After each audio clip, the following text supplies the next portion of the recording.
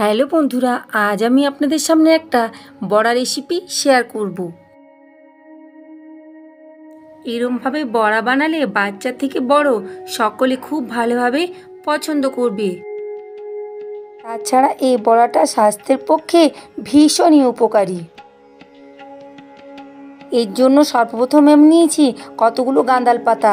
পাতাগুলো ভালো করে ধুয়ে কুচি কুচি করে কেটে নিয়েছি। একটা বড় সাইজের আলু ভালো করে খোসা ছাড়িয়ে গ্রেট করে নিতে হবে।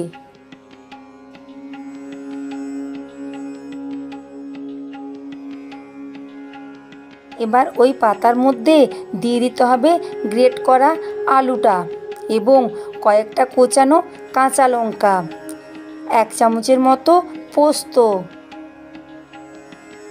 3 থেকে 4 চামচের মতো বেসন,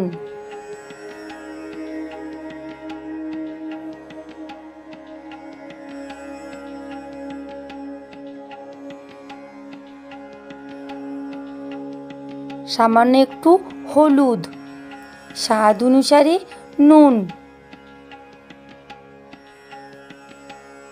এবং অল্প একটু চিনি, 1 চামচের চেয়ে একটু কম গোটা জিরে।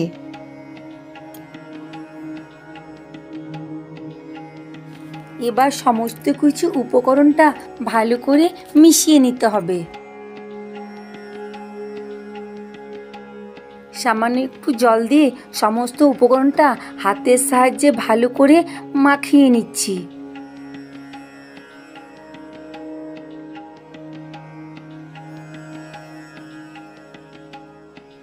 দেখুন বন্ধুরা, ব্যাটারটা আমার এখানে রেডি হয়ে গেছে।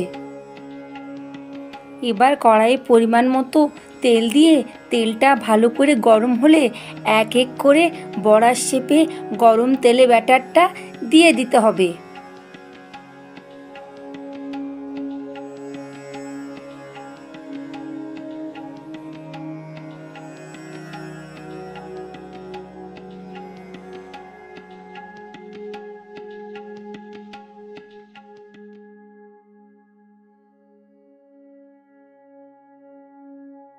দুপাশে উল্টে পাল্টে ভালো করে বড়াগুলো ভেজে নিতে হবে।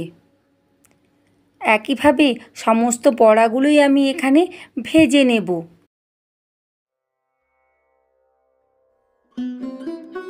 দেখুন বন্ধুরা, সমস্ত বড়াগুলো এখানে আমার ভাজা হয়ে গেছে। আপনারা অনেকভাবেই তো গাঁদাল পাতার বড়া বানিয়ে খেয়েছেন। আমার এই পদ্ধতিতে বাড়িতে একবার বানিয়ে দেখবেন, আর খেতে কেমন হয়েছে আমাকে অবশ্যই কমেন্টে জানাবেন। আজকে এটুকুই, আবার ফিরে আসবো অন্য কোনো দিন অন্য একটা রেসিপিতে।